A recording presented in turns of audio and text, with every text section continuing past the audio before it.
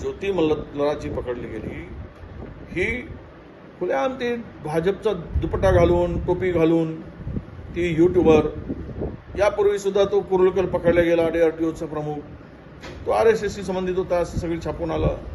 तो तिकडे मध्य प्रदेशमध्ये एक IT सेलचा प्रमुख पकडला गेला, UPमध्ये 2 पकडले गेलेत. हे काय चाललंय? सत्ताधारी पक्षाचं पांघरून घालून देशद्रोही काम करायचा, पाकिस्तानला माहिती द्यायची आणि आमचे सत्ताधारी भारतीय जनता पक्ष हिंदू मुस्लिम म्हणून डंका वाजवत बसायचं. अतिरेकी देशाच्या पलीकडेच आहेत असं नाही. या देशाच्या आतमध्ये जे काही असे अतिरेकी आहेत, जे सत्तेचं पांघरून घालून या देशविरोधी कारवाई करतायत, त्यांच्यावर सुद्धा कडक कारवाई झाली पाहिजे. तो कुठल्याही पक्षाचा असू दे, कुठल्याही धर्माचा असू दे. आज धर्म का विचारत बसला? हिंदू मुस्लिम निवड डंका वाजवायचा.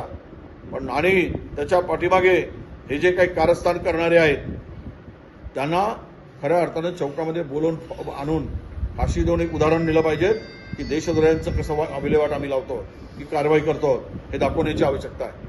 परंतु दुर्दैवानं सत्तेतील लोक, सत्तेचे सत्ताधारी म्हणून जे वावरतात, केंद्र सरकार आपल्या भारतीय जनता पक्षाला मदत करतात, अशा लोकांची नावं पुढे दुर्दैवाने यावीत, हे प्रचंड वेदनादायक आहे आणि भीतीदायक आहे. काय करताय IT यांचं इंटेलिजन्स, देशातील IB काय करताय? जे एक व्यक्ती ते ज्योती मल्होत्रा पाकिस्तानात जाते, चीनमध्ये जाते, एकाच दिवसात तिला विजा मिळतो, 2-2 वेळा ती पाकिस्तानचा दौरा करून येते, तिथल्या मुख्यमंत्र्यांना भेटून येते. काय चाललंय?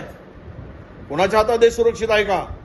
खरंच या भारतीय जनता पक्षाच्या हातामध्ये देश सुरक्षित आहे का, असा प्रश्न कधी कधी पडतोय. आणि आम्ही जर बोललो तर आम्हाला राष्ट्रद्रोही समजलं जातं. आणि हे देशभक्त आहेत का, जे भारतीय जनता पक्षाचा दुपट्टा आणि टोपी घालून पाकिस्तानला माहिती देतात? हे शोधण्याची आवश्यकता आहे आणि यांच्यावर कडक कारवाई करण्याची आवश्यकता आहे.